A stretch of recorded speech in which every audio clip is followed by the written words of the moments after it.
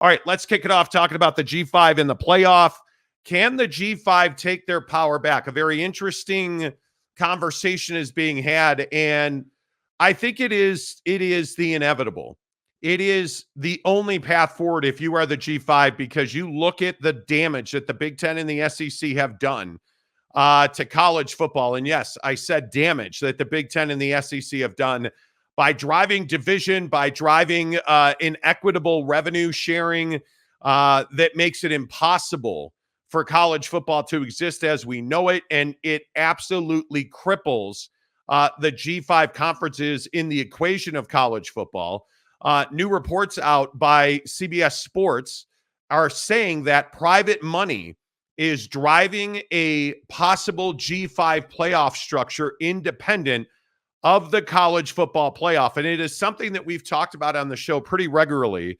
And not to anybody's surprise, people we talked to yesterday passionately in favor of the G5 taking back their own identity. And I think that's very interesting phraseology, the G5 taking back their own identity, because when you look at what happened with the Big Ten and the SEC and where we are headed with NIL and all the lawsuits, and the G5 has become invisible to the point where there's not a lot of roads forward.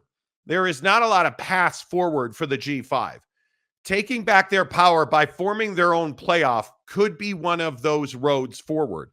Now, according to CBS Sports, they are looking at private money. They are looking at Derek Dooley, who is obviously a big name in college football. He has heritage. He has DNA. The Dooley name is significant. Derek Dooley is obviously one of those guys who's been a very high-level assistant. He is out as a salesman for private money, private equity firms, and a conglomerate of private equity funds. Derek Dooley is out shopping those funds to the G5 to build a playoff. Is it sustainable? I don't know.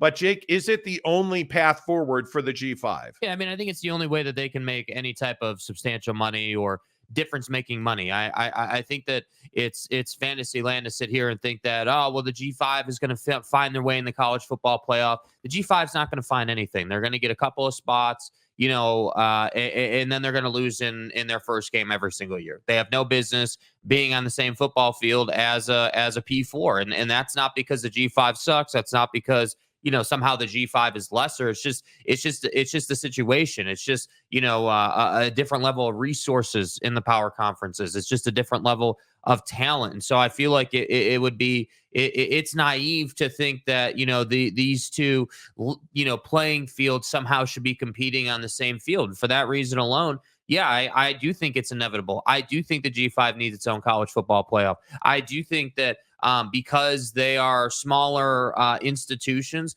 private money's dollar goes further with the G5 than it potentially would with a Power 4 program. And yeah, sure, does Georgia have more marketing sway per se than Tulane does? Yeah, sure, absolutely. But at the same time, it's all situational. If there's a company in Louisiana that wants to do a marketing buy, they're probably going to be more interested in doing something locally than some huge national thing at the power level. So that's why I say I do think it's inevitable. I do think it's necessary. I do think we need a bridge for the G5 to play a power 4 school if they somehow are just an awesome team on a one-off year. You need to have a way to do that. But generally speaking, I just don't think it's fair to really anybody to be having a lower skilled, lower, revenue generating situation playing one that's got the best talent the country has to offer, making the most money possible that you can make. It's just not a fair thing. So yeah, the G5 has to have its own income, its own playoff, and its own system, no doubt. Yeah, I don't think it is. I don't think it's. I don't know. Is viable the word? I mean, is there a TV audience for arguably two of the best G5 teams playing for a private money championship or a private money payday? I don't know. I think that remains to be seen. But what I do know is that the G5 can't just thumb its nose at the college football playoff. there has to be a gateway, a path for a G5 champion to contend in the college football playoffs as one of those, 7 teams, the 5+7 model. I think there will be I think it has to be, it's mandatory, because I think the damage, and I don't know, I think this is an interesting conversation. Did the Big Ten and the SEC destroy college football? I believe very passionately that Greg Sankey destroyed college football. I think his lording over, his threats, his gangster mentality, which I understand. I back in 2022 when everybody decided to do nothing, inaction is certainly the best motivator for those that want action. And I think Greg Sankey very clearly wanted a change. But I think the idea that you are going to hold a gun to the head of the rest of college football, nothing good ever comes from that. And I just think there's too many numbers against Greg Sankey. Like, there are too many people who don't benefit by the SEC benefiting to think that long term that this type of setup is going to work. I mean, at some point you have to have a system that benefits more than just the SEC in the Big Ten, and frankly benefits more than just the big boys in those two conferences. Because let's not forget that this is not just about making sure that everyone in your conference gets paid. This is about making sure that the teams that go to the college football playoff and contend every year make the absolute top of the mountain money. So when we have major change, like systematic, again, whether that's Super League or otherwise, that those brands are taken care of, that those brands 1000% are secured and they can go on for as long as, they need to go on. And I think that's what upsets people. That's what bothers people. And to which I say, right now in the current system, the G5 ain't going to do anything about it. And I agree. You probably don't have 5 million people looking to watch some random G5 game. But if you can somehow find a way to get private money incentivized or give them a reason to do something, anything's possible because they have so much money. And to that, I say, hey, that's why the Derek Dooleys of the world are out here, trying to sell schools on getting involved because they have a pile of money. Now you need the schools to meet them in the middle to figure something out. Yeah, I think the news that that like Michigan, the whole Michigan scandal and the outright refusal to address blatant cheating, blatant rule breaking, blatant just lack of ethics in winning football games. I think that is a big indicator as to what the culture in the Big Ten is. And the win at all cost mentality that I think very much stained the game of college football for the last playoff cycle. I think that was allowed because, well, it was Michigan and it was the Big Ten and they're making $100 million a year. I truly think that's why Michigan was allowed to compete for a championship. I don't know if that had been a Big 12 or an ACC team. If what Michigan had been caught doing was Florida State, would we be having the same conversation? I don't think we would. I think when you are in a weaker position, you have no leverage. And so I think when you look at what the Big Ten and the SEC have done here, I don't know how you make the argument they have not damaged college football. I don't know how you make the argument that they have not done at least as much damage as these NIL transfer lawsuits have done. And yes, I think on a monetary basis, the NIL lawsuits are far more impactful than the structure and the revenue sharing that we're dealing with. But there's no way to argue that what the Big Ten and the SEC did really hurt most conferences in college sports. I mean, outside of the Pac-12, who had nothing to do, their meltdown had nothing to do with it. Other than that, there's no question that the SEC and the Big Ten damaged the ACC. They damaged the Big 12. They damaged the G5s. I don't even know how you argue that. Yeah, I mean, I think greed in the sport and the current system, plays to that on so many levels. I think, on some level, do Greg Sankey and Tony Petitti really have a choice to be greedy given their current situation? based on the fact that the Pac-12 just melted down. I mean, if you're those two and you're watching a conference meltdown on sheer bad business, strategies, are you not sitting there saying, yeah, we're going to do everything we can to fortify ourselves. We're gonna leverage our position in the sport to the furthest degree possible to insulate ourselves. And so I don't like it, but the reality is that you know they're playing defense by playing offense. They're saying, hey, we're going to secure our future to a point where there's no doubt left, and the byproduct of that is ruining the sport. Yes, 100%. I look at, and I think the announcement by Trev Alberts at Texas A&M yesterday, I don't know how many people saw that. Texas A&M whacked a significant number of people in their athletic department yesterday. You're no longer needed. They released a statement saying a significant number of people were informed today that their jobs are no longer needed at Texas A&M. That's crazy. You look at the rule changes. Speaking of Michigan, did anybody notice the rule changes that will now allow analysts to be on the field coaching players in dark periods? Like, it's wild to me that you don't want the rules to apply to you in the Big Ten or the SEC, so you change the rules. Mm-hmm. That's crazy to me. And you look at the money that we are throwing around in the SEC and the Big Ten, and I don't see any other avenue forward for the G5. I think this is the only way that you can do this. And our sources told us yesterday that Oregon State is still very aggressively trying to figure out how to compete at a higher level in college football and college athletics in general.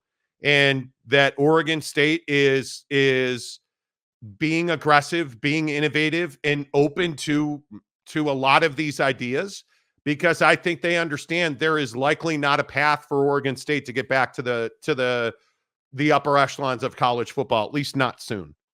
And if that is in fact the situation, what choice do they have but to try and take all the money that they could take? Yeah. And the answer is, I don't think they have a choice. I don't think they have a choice. Well, and I think that, with Oregon State, like you look at Washington State, both of those situations are tough. And I said it the day it happened, but as soon as the court stuff in the Pac-12 between those two and the 10 who left, as soon as that was wrapped up, you can kind of see the writing on the wall. Pat Chun of Washington State leaves, goes to Washington, and then now Kirk Schultz is basically retiring. Yeah. And so it's just this whole thing where out of on mostly like a 90% basis, like of no fault of their own, they've now had to change leadership personnel. They're not going to make money. Like, the whole thing is just messed up because access is not the same for everybody. And that conundrum is what has to be solved. You have to have a way to have schools who are not the SEC and the Big Ten, because I'm telling you, this is going to apply to the ACC sooner rather than later. You have to have a way for these schools to make enough money to maybe not thrive, but to comfortably get by. But I also think you have to look at the size of the university is irrelevant, in my opinion. Like, you look at Stanford. Stanford is not a big university. You look at some of the academic universities that we're talking about. You look at a university like Rice or SMU is not a huge university. Rice is not a huge university. It in my opinion, a lot of it is revenue and brand. It is as simple as that. I mean, those that have invested in stadiums, commerce staff, sales staff, branding staffs, the ones that have spent money to make money, those are the universities that over the last 2 decades have grown, and have grown not only in size, scope, and revenue, but in stature. And you also look at universities like Stanford. Stanford, the Farm is not a nice stadium. The Farm is an empty stadium most weeks. You look at UCLA's struggles. UCLA is not a large athletic department, but they're a P5 university. But does UCLA spend to win games? Do they spend money on the same level that a university like Michigan, who wasted tens of millions of dollars in legal fees by some accounts, just to defend a guy and then pull out of his defense at the 11th hour? UCLA can't do that. Cal Berkeley can't do that. But all of them are supposedly on level playing fields. only they're not. So I look at somebody like you look at Fresno State or Boise State or San Diego State, or those are not small universities. They're just tiny brands. Nobody knows. Do you know who the top draft prospect out of Fresno State is, or out of Boise State is, or you don't, because they're a G5 and you don't have to pay attention. I'm telling you, this idea that we can have, Stanford's a P5 university. They're massive. They're not massive. People don't understand that just because you're in a P5 does not mean you're bigger than a G5. And I think there's some interesting conversation to be had around that. There is some very interesting conversation to be had around that. Not nearly as interesting as Prize Picks. I actually took a night off of Prize Picks last night. Yeah, smart choice. I lost everything on Prize Picks last night, so because you're not good at it. That's correct. I have been on the tidal wave at Prize Picks, the highest of the highs and the lowest of the lows. And I'm pretty glad that I did that, because I was going in on Kevin Durant last night, and Kevin Durant was not going in on me winning Prize Picks. Kevin Durant is old. Mm-hmm. We're going to have next hour, we're going to have a conversation about the Suns and Kevin Durant and Devin Booker and Brad Beal, who all played 40 minutes last night, and they look like it. But I am glad last night, when you put some ducats on a game, and you're like, I think I'm going to sit this one out. I would have lost across the board. I'd have lost on Cody Bellinger, who left the game last night injured. Because the Cubs are I think the Cubs have more money in payroll on the injured list than they do on the active roster. I could be wrong about that. Yeah, probably. That's how it goes for them. And the Cubs are playing well. I mean, they throttled the Astros, which is great. But Kyle Hendricks,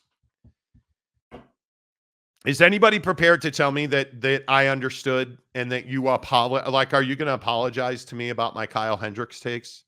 That he should never have gotten a contract extension? Who else are they going to go and get? That's their problem. That's the Ricketts effect. The Cubs don't spend. Anyway, yesterday was a terrible day in sports. Injuries for the Cubs, Chelsea Football Club. I don't know why you're even going to field a team. I don't know what you lost 5-0 to Arsenal. Now, the beauty of it is that Arsenal probably wins as many trophies as we do this year, which is fine. We need none. Screw them.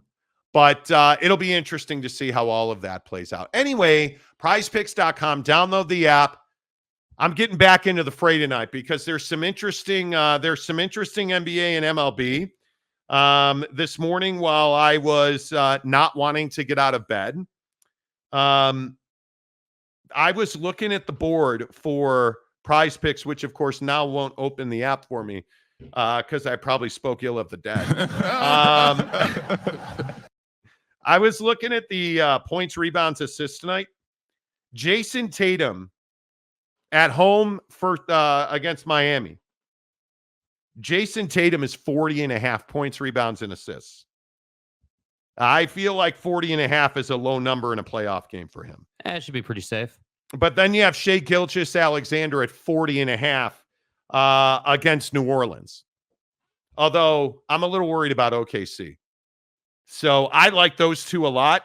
And then in Major League Baseball, don't look now, but the New York Yankees are starting to hit the baseball. Anthony Rizzo had another one last night. Start picking the Yankees to hit home runs on Prize Picks. Pretty simple. Anthony Rizzo, 1.5 hits, runs, and RBIs. Will he have 2 or will he have 1? More or less than 1.5. That's all you have to do. That's your entire thing. Make a deposit at prizepicks.com. They'll match it as long as you use the promo code Monty. MONTY Monty for your Prize Picks downloads. Get 100% deposit matching when you use that code. And then shoot me a screenshot of your Prize Picks. Let's compete. I'm happy to do it. You will win. You will beat me because I am not good at Prize Picks. There you have it. All right, let's hear from you. Lamont Tucker, our newest member. Let's go, Lamont. Lamont, good to see you this morning. As always, Lamont Tucker. Hey, folks, make sure you join our membership. Hello.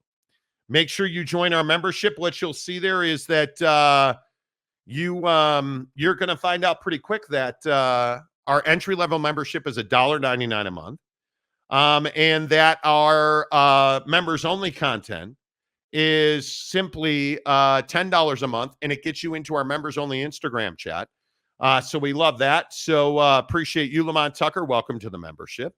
RJC Loaner Phone. Great points, Monty. ESPN controls the narratives.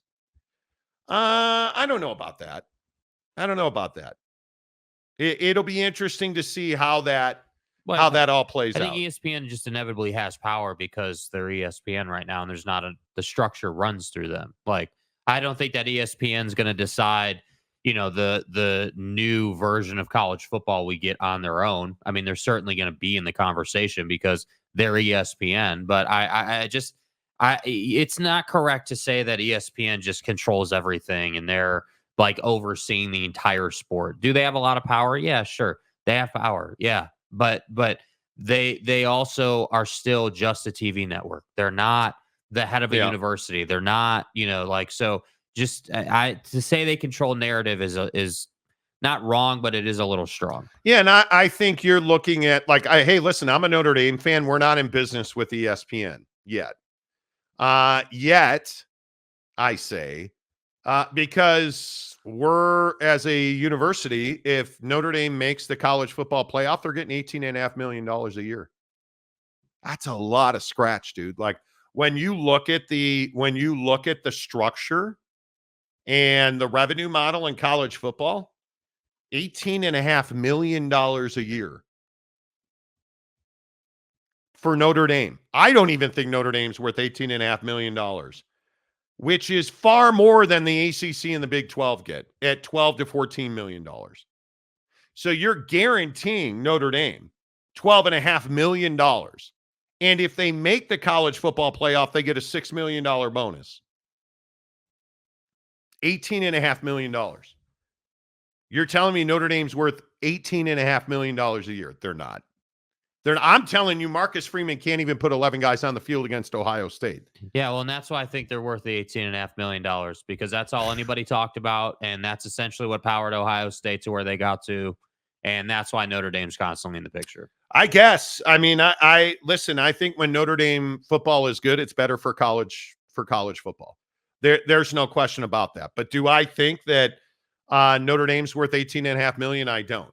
So Notre Dame, which is in business with NBC, that's who owns their TV contract and all their home games. I don't know. Would I like to see Notre Dame in the Big Ten? Not unless it becomes mandatory. Is mandatory the right word? Not unless it becomes mandatory. I don't know that I would want to see Notre Dame in the Big Ten. I think when I look at the way that Notre Dame thrives right now, and if you're making $18.5 million, and trust me when I say they're generally a top 12 team, they're going to be in the college football playoff every year. Why would we join a conference? Why would you go all in on the ACC? You never would. Why would you go, all in on the Big Ten? Well, if the ACC melts down, you got to have somewhere to go with your secondary sports, right? Do you really think Notre Dame's joining the Big 12? No. You think Notre Dame's joining the SEC? No. It's Big Ten if they join a conference. But there's no reason for Notre Dame to join a conference. No. When you're giving them $18.5 million to make the playoff, that's wild money to me. Wild money. And I think if you've watched this show for any amount of time, you know I am truly a Notre Dame homer. And I think you're just wasting money. You are just wasting money. Les Austin, you're a hack, Monty. Okay. And your co-host. We know you love the Big 12. Stop crying and bitching every day. Well, it seems like you love the show because you seem to be watching the show regularly. So. Well, let's put it on the list. Don't forget that I'm a fat, old, dying Mormon. I'm not. I'm not Mormon. I'm not dying. Am I fat? Well, that depends on what your mom thinks. I love the Pac-12. I hate the Pac-12. I now apparently love the Big 12. And how many people on this show have accused me of hating the Big 12? I see that you're a Michigan fan. which, hey, you can say what you want. Were we wrong about anything related to what we reported about Michigan? Or where Jim Harbaugh was going to go? No, I don't think we were. But hey, I appreciate the comment. It helps the show grow. UW fan Jim, I disagree. Big Ten taking USC and UCLA killed the Pac-12. It did not. No, and the Big Ten didn't take them. USC and UCLA went on their own. The USC UCLA did not kill the Pac-12. Horrendous mismanagement. The inability to recognize who you are and where you are and what your value was post USC and UCLA. That's what killed you. Because let's not forget, I don't think they did, but listen, you listen to the Pac-12 diehards, the great radio wizard of the Northwest reporting that they had a massive $500 million TV deal on the way that never materialized. That's what killed the Pac-12. The fact that Larry Scott sat at Pac-12 Media Day several years ago and told us he was talking to YouTube and never talked to YouTube. Why they did not do a deal with Amazon Prime Sports, why they did not do a deal with YouTube, Google, why they did not have Pac-12 Network on DirecTV. That's what killed the Pac-12. Inaction, when you allowed USC and UCLA to leave and blindside you with the news they were leaving, that's what killed the Pac-12. You had leadership who wasn't in touch with the constituency. USC and UCLA, that was not a death blow. Did it damage their value and their brand? Of course it did. Of course it did. Is that the reason the Pac-12 failed? No, it's not. It is not. And frankly, I think Oregon's inability to win a national championship far more damaging than USC and UCLA leaving. Because if we're truth telling, and I'm a huge believer in Lincoln, I'm a huge believer in USC football. What in the flip-flop have they won? Since Pete Carroll and Reggie Bush lost their Heisman Trophy, and Pete ran off to make terrible play calls at the goal line in Seattle. What has USC won? When has UCLA been relevant? They're not. They haven't been. They haven't been. So if we're talking about money and leverage, USC and UCLA have not had leverage and money, in my opinion. Yeah. They have not at all. Mike Smith, Mountain Mama. That beard, dude. Come on. Early morning Monty Hack Show. That's what we do here. We're hacks and my co-host, which is fine. Big Blue Horses. The pack was killed by bad commissioners and presidents who clung to a failed model. Truth. Absolutely truth. Jeremiah Champion, what's wrong with loving the Big 12? Apparently I'm a Big 12 homer now, guys. Don't forget. Even though I take a ton of heat for being a Notre Dame fan. Hey, you start talking shit. We have drops specifically dedicated to Notre Dame on this show. And now I am Notre Dame, our mother. A Big 12 lover. Okay, that's fine. Better than Pac Dead, truth. Jeremiah Champion, hey, but at least they are fun to watch. Exactly. As Pac-12 lovers. That was the best. You just love the Pac-12, Monty. I know. You hate the Pac-12, Monty. You want to see us fail. I know. I don't think the Big Ten is done expanding. If they can get one from Texas. So let me get this right. Texas A&M is going to leave the SEC to go to the Big Ten. We show up.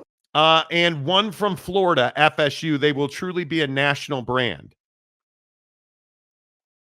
So they're not a national brand now. I would completely disagree. Why would Texas A&M go to the Big Ten? Why would it's quite literally in the state of Texas, which again is a battleground right now between the Big 12 and the SEC. But with our friends in Austin going to the SEC and our friends in Dallas going to Las Vegas for Big 12 Media Days, then maybe that fight's over. Yeah. I don't know. We'll see. San Diego State Glenn, good morning. Welcome to G5 Hump Day Hate Fest. There you go. Then now we hate the G5. I agree, Glenn. They suck. Terrible. Brutal. Hope you got the pro rata you deserved last night. Les Austin, my family up right now laughing at you guys hating on other teams and conferences. Well, at least we make you laugh, Les. And again, appreciate you watching, man. Yeah, the comments really help the show. They literally have their own bus system for the students. Jeremiah Champion. Texas Tech's campus is huge. Yeah, I don't disagree with that at all. Did somebody say Texas Tech was a small school? Okay. Jeremiah Champion, no one cares, Austin. Exactly. But I hope your family's well. Mike Smith, nice to know you have your family watching the show. I'm sure Monty thanks you for the support and the views.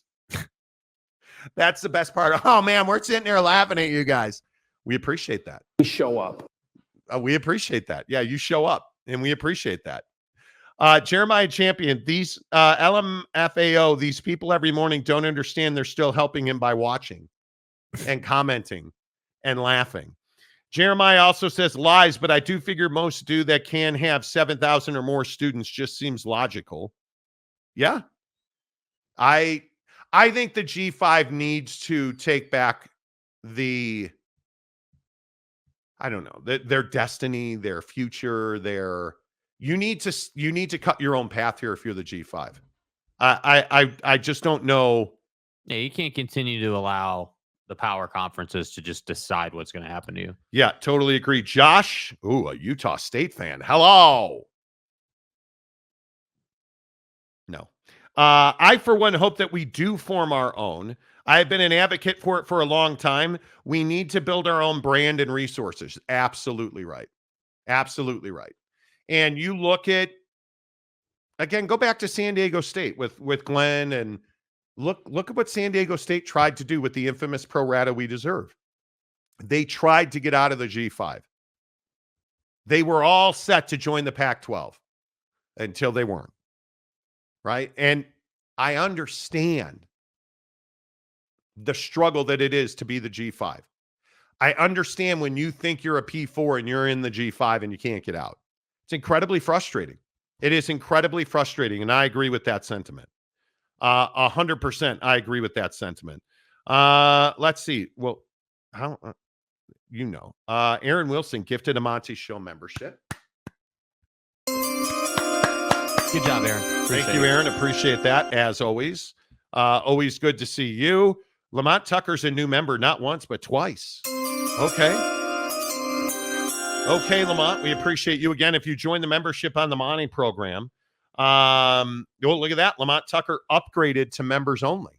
We like that. Make sure you DM Jake and get in on our members only Instagram group. $9.99 a month gets you our members only content. That group on Instagram is awesome. Whether it is Alex Cooley celebrating the death of the Phoenix Suns last night, apparently, and pronouncing all NBA series are only 2 games long. Okay. Or arguing over the Big 12, or we have had epic debates about Michigan. It's well worth your money. It's a great group of guys. It is a great group of guys. Let's see. John Jarai, hello. Good to see you. Richard McDonald. I'm actually awake with the show is going, yay newborns, or wait. I don't know if you're awake or not, but that's phenomenal, which is great. Noel Ramirez, Les Austin Jr. is a hack. Okay.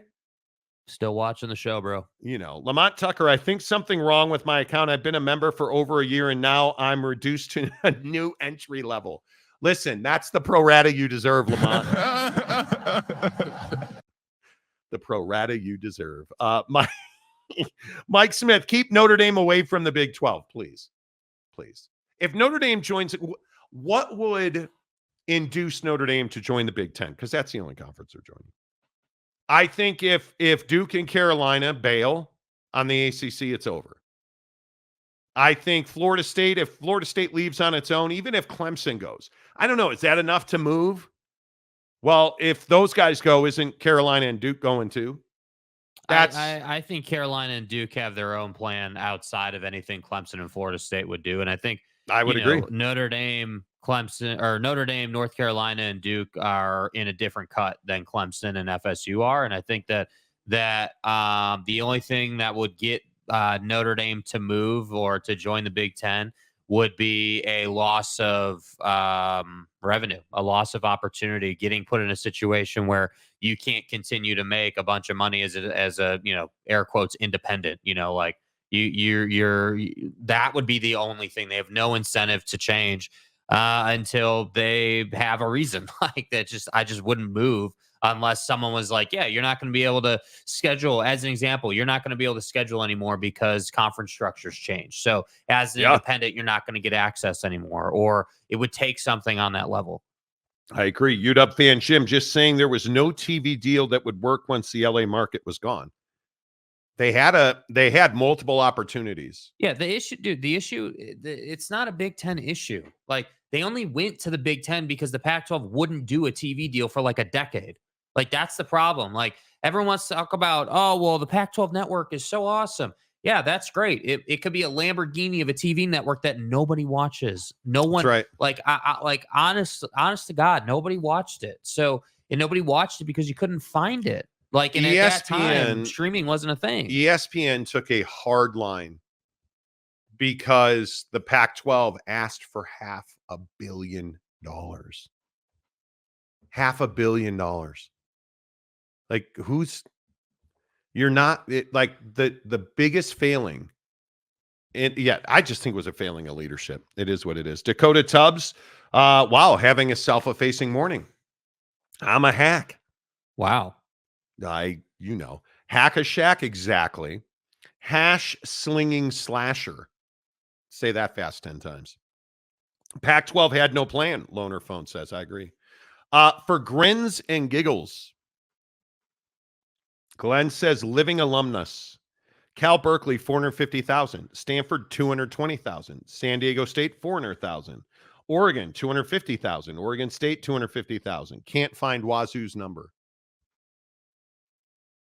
And I think you look at San Diego State. Why does San Diego State have a massive alumni base?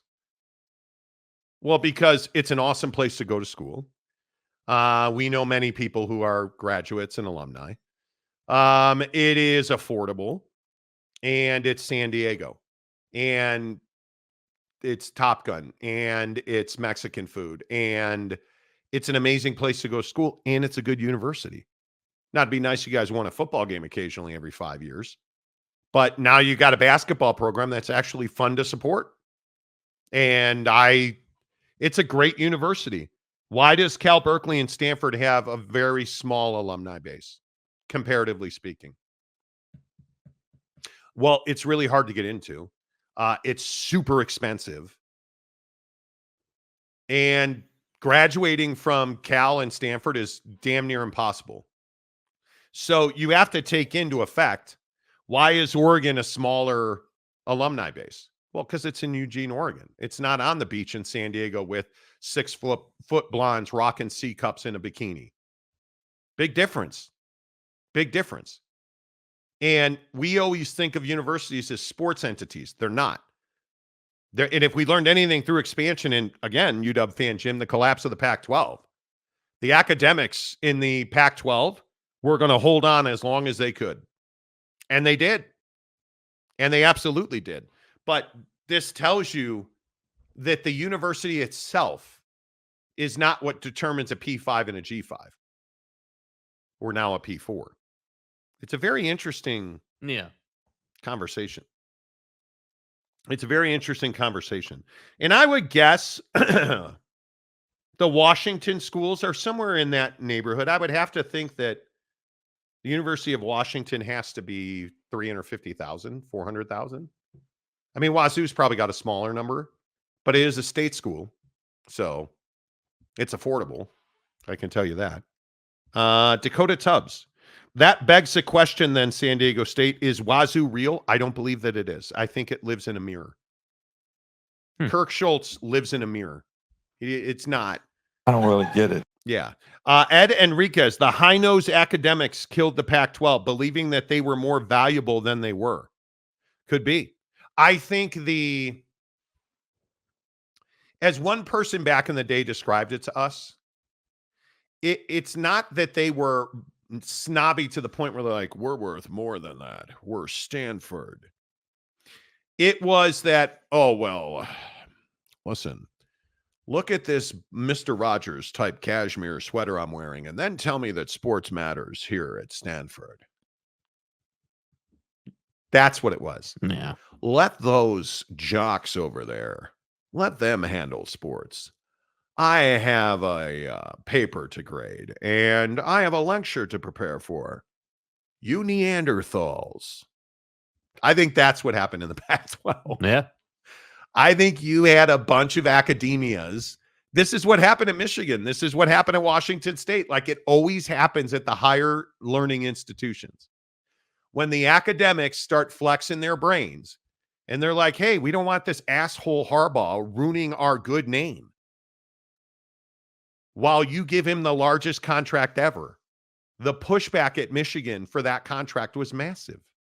Washington State, where they froze their budgets. Kirk Schultz had to release a public statement that we broke the news of on this show. If you remember, we're the ones who broke that story. Mm-hmm.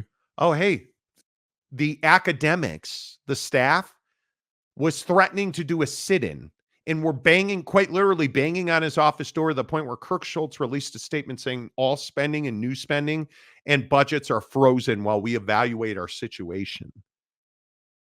Because Kirk Schultz was allegedly giving a blank check to the athletic department, a la Bobby Robbins at Arizona. At some point, the academics flex their brains. We are not going to continue to have to use these generic ink pens. I want an inkwell in it. It's so tiring. You know what I mean? Like I need new textbooks. We don't need new sports turf. Fuck them. Right? Yeah, like pretty much.